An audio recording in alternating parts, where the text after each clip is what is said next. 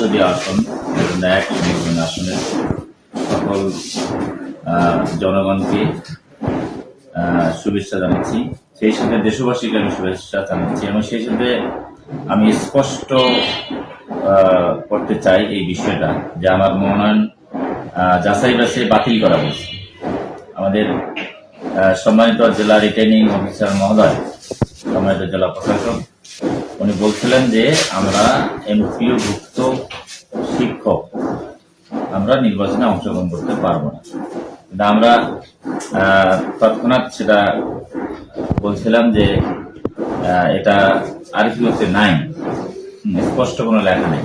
আর আমরা তো সরকারি কোনো স্কুল কলেজ বা মাদ্রাসা চাকরি করি, আমরা হচ্ছে বেসরকারি প্রতিষ্ঠান চাকরি করি, কাজেই এখানে বাতিল করার কোনো যৌক্তিকতা নেই, এটা আমরা বলেছিলাম। তো ওনারা বলছিলেন যে আপিল করেন। পরবর্তীতে আমরা এটাকে নিয়ে আরো কথা বলেছি, তার সাথে একাধিকবার কথা বলেছি এবং আমরা আমাদের যুক্তি তুলে ধরেছি এটা বাতিল হওয়ার কোনো অপশন এখানে নেই। সর্বোপরি সব মিলেই আজকে ওনারা নির্বাচন কমিশন সচিবালয় থেকে যে কাগজ পেয়েছেন, ডিরেকশন পেয়েছেন, সেটা হলো যে আমরা স্বপদে বহাল থেকেই চাকরি অবস্থায় আমরা নির্বাচনে অংশগ্রহণ করতে পারবো, এই ব্যাপারে কোনো আইনি বাধা নেই। দেখা বলতে ওখানে উনি সেটা বললো যে আমরা একটা ডাইরেকশন পেয়েছি এর থেকে, নির্বাচন কমিশন থেকে, যেটা আমাদের হাতে আগে ছিল না। এটা পরে আসার কারণে আমরা এখন অবগত হলাম যে না, এটা চাকরি থাকা অবস্থায় শপথে বহাল থেকেই নির্বাচনে অংশগ্রহণ করা যাবে, এই মর্মে ওনারা নির্বাচন কমিশন থেকে কাগজ পেয়েছেন এবং সে আলোকে আমাদের সাথে কথা বলেছেন। বাতিল করার যেহেতু করেছিলেন, আপনারা কোন আবেদন করেছিলেন? হ্যাঁ, আমরা আবেদন করেছিলাম। আমরা বলছিলাম যে আমরা আপিলে যাব না, যেহেতু আমরা তো এই বিষয়টা জানি। কারণ আমি তো 2014 সালে উপজেলা চেয়ারম্যান যখন হয়েছি তখনও আমি কলেজের প্রফেসর ছিলাম। 2018 সালে আমি এমপি ইলেকশন করেছি, তখনও আমি কলেজে চাকরি করছি। তো এটা আমার জানা ছিল, তো এই ব্যাপারে আমার বিন্দু মাত্র কোনো সন্দেহ ছিল না এবং সংশয় ছিল না। আমি জানি যে এটা আমি ফেরত পাবো এবং সেখানে আমরা বলেছিলাম যে আপিলে যাবো না, এটা গাইবান্ধার সমস্যা, আপনারা পারলে আপনারা ইয়ে করেন, নির্বাচন কমিশনের সাথে কথা বলেন এবং কথা বলে আমাদেরকে বিষয়টা ফেসলা দেবেন এবং সেটা হয়েছে। ঠিক আছে। আর একটা বিষয়, সেটা হলো যে আপনি এবার ভোটে তো মানে ভোটে জয়ী হলে কি করবেন আসলে সুন্দরবনবাসীর জন্য, এই বিষয়ে?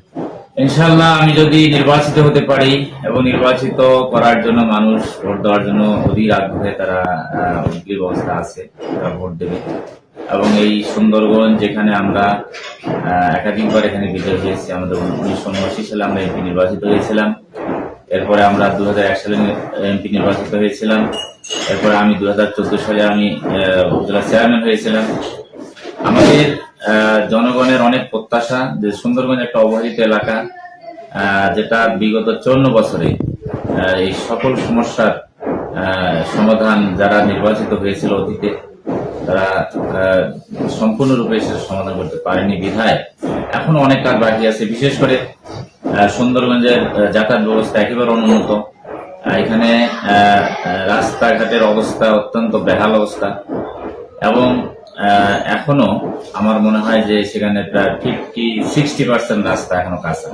আমি যদি নির্বাচিত হতে পারি, আমি এই রাস্তা পাকা করার জন্য যা করা দরকার আমি সেটা করবো ইনশাল্লাহ। এছাড়াও আমার এলাকা আপনারা জানেন যে 6-7টা ইউনিয়ন আমাদের তিস্তা নদী বেষ্টিত চরাঞ্চল। এই চরাঞ্চলের মানুষের জীবনযাত্রার মান একেবারে খারাপ।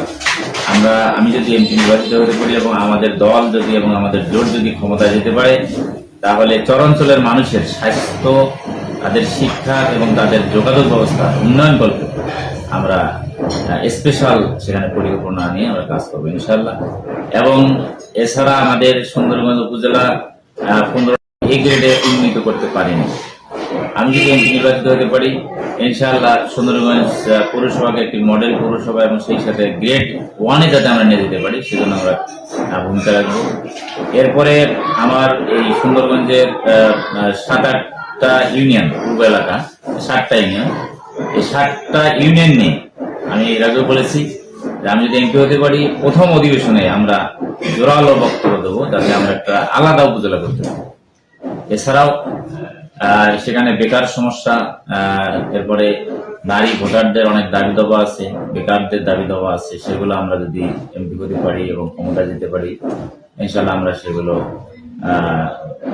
পরিকল্পিতভাবে এবং পরিকল্পনা মাফিক আমরা আস্তে আস্তে সেগুলো করার চেষ্টা করবো ইনশাল্লাহ।